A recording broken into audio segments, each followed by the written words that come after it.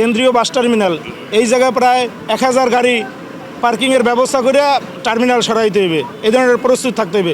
যদি সরকার থেকে কোনো সিদ্ধান্ত আসে আর সেইটা যদি ওইভাবে একেবারে ডিজিটাল পদ্ধতিতে যে টার্মিনাল সেইটা বাস্তবায়ন করে যদি আমাদের স্থানান্তর করে, সেই ক্ষেত্রে তো মালিক সমিতি, শ্রমিক ইউনিয়ন যারা আছে সেটা চিন্তা করবে। কিন্তু এই অবস্থায় আমাদের ঢাকামুখী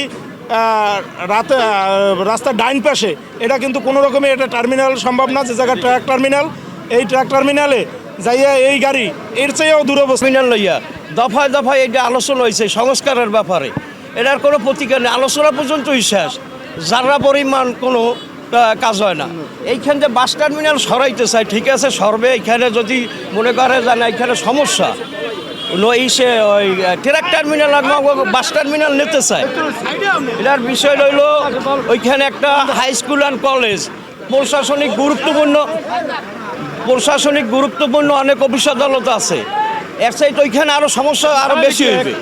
যে বাস স্ট্যান্ড আছে সেইটা হইলো একদম জরাজীর্ণ গর্ত, খাদায় ভরা, ওখানে গাড়ি বর্ষার দিনে রাখার তো কোনো প্রশ্নই আসে না, গাড়ি রাখলে চেইন কাপা দিয়ে তুলতে হবে। এই আর যে পরিমাণ জায়গা আছে এতে 300-400 গাড়ি পার্কিং করা সম্ভব, এতে কোনো সমস্যা হয় না। কিন্তু স্ট্যান্ড ভালো না বিধায় রাস্তার উপরে গাড়িগুলি পার্কিং করিয়ে রাখা হয়, যাতে রাস্তার যানজটের সৃষ্টি হয়।